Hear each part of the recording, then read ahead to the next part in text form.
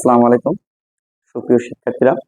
আজকে তোমাদের দেখাবো দ্বিতীয় অধ্যায়ের অর্থাৎ গতি সংক্রান্ত একটা গাণিতিক সমস্যার সমাধান করে দেওয়ার।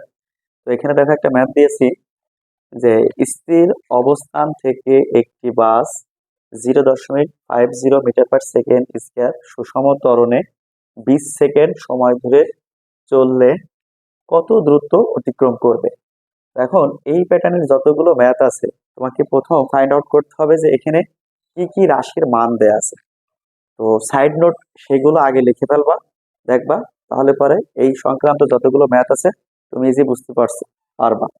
কেননা গতির যে মৌলিক সমীকরণ আছে চারটা, এই চারটা থেকেই মূলত চারটা রাশি থাকে প্রত্যেকটা মৌলিক সমীকরণের মধ্যে, তার তিনটা রাশির মান দেওয়া থাকে, একটা রাশির মান বের করতে হয়। তো চলো দেখি কিভাবে অঙ্কটা করা যায়। তো এখন এখানে কি কি উপাত্তগুলো দেওয়া আছে দেখো। স্থির অবস্থান, তাহলে স্থির অবস্থান উল্লেখ থাকলে আমরা জানি আদি বেগের মান 0 হয়। আমি লিখলাম আদি বেগ ইউ সমান 0 মিটার পার সেকেন্ড। আচ্ছা, তারপর দেখো একটি বাস এত সুষম ত্বরণে, তার মানে বুঝতে পারলাম এটা ত্বরণের মান। ত্বরণ লিখলাম আমি, ত্বরণ এ সমান 0.50 মিটার পার সেকেন্ড স্কয়ার। আবার বলছে কি, তারপর বলছে 20 সেকেন্ড সময় ধরে চললে, তার মানে সময় টি সমান 20 সেকেন্ড ধরে চললে কত দ্রুত। দেখো তিনটা রাশির মান দেওয়া থাকে দূরত্ব, আর আমি বলছি যে প্রত্যেকটা রাশিতে প্রত্যেকটা মৌলিক সমীকরণে চারটা করে রাশি থাকে, তার তিনটা রাশির মান মানে প্রশ্নে দেওয়া থাকে, একটা রাশির মান বের করতে হয়।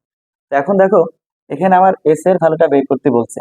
তো গতির মৌলিক সমীকরণ আমরা জানি চারটা সমীকরণ আছে। তো এখান থেকে জাস্ট এস আর টি একটা সম্পর্ক আছে। তো আমরা জানি এক্ষেত্রে কোন সমীকরণটা হবে। তো আমরা জানি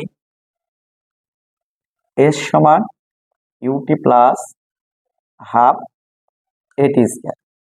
তো এখন এখানে লেখা আছে দেখো সুষম ত্বরণ। তো অনেকেই আবার সুষম ত্বরণের একটা সমীকরণ আছে যে এস সমান ইউ প্লাস ভি ভাগ 2 ইন্টু টি, এই সমীকরণ ধরে অঙ্ক করলেও হবে। কিভাবে তখন করতে হবে, এই যে 20 সেকেন্ড পরে তার শেষ বেগ বের করতে হবে, তারপরেই না ভির মানটা পাবো। তো এখানে তার ভির মানটা নাই যে আমি সুষম ত্বরণে এই সমীকরণ ধরে অঙ্কটা করবো। তো এই সূত্রের সাহায্যে গ্রাফের অঙ্কগুলো বেশি প্রয়োজন, যার কারণে এই সূত্রের সাহায্যে অঙ্কটা করতে হলে পর অবশ্যই তোমার 20 সেকেন্ড পরে শেষ বেগটা বের করতে হবে।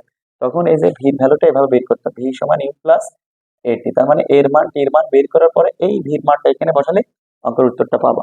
তো তাহলে আমরা এইভাবে না করে আমরা জাস্ট এই নিয়মে অঙ্কটা করতে পারবো। এখন দেখো এখানে ইউ এর মানটা মূলত 0, যার কারণে 0-এর সাথে যা গুণ করা যায় আমরা জানি 0 হয়ে যায়। তো এখানে সাইড নোট লিখতে পারো 0। তো এখন অতএব এস সমান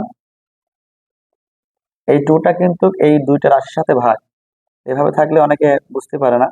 0.50 গুণ টির ভ্যালুটা কত 20, তার উপর স্কয়ার। তো এখন এখান থেকে ক্যালকুলেটরের সাহায্য নিয়ে আশা করি তোমরা এই ম্যাথটা সলভ করতে পারবা। তো এখন এই 20 স্কয়ার করবা, 0.50 গুণ করবা, গুণ করার পর যে অ্যান্সারটা পাবা সেটা 2 দিয়ে ভাগ করবা, ভাগ করার পরে যে অ্যান্সারটা এখানে পাবা সেটাই মূলত দ্রুততর মান। তো আশা করি এই প্যাটার্নের যতগুলো ম্যাথ আছে তুমি বাসায় এই ম্যাথগুলো দেখে চেষ্টা করলে আশা করি এই ম্যাথ যতগুলো আছে সবগুলো পারবা। তো খুদা হাফেজ, ভালো থেকো।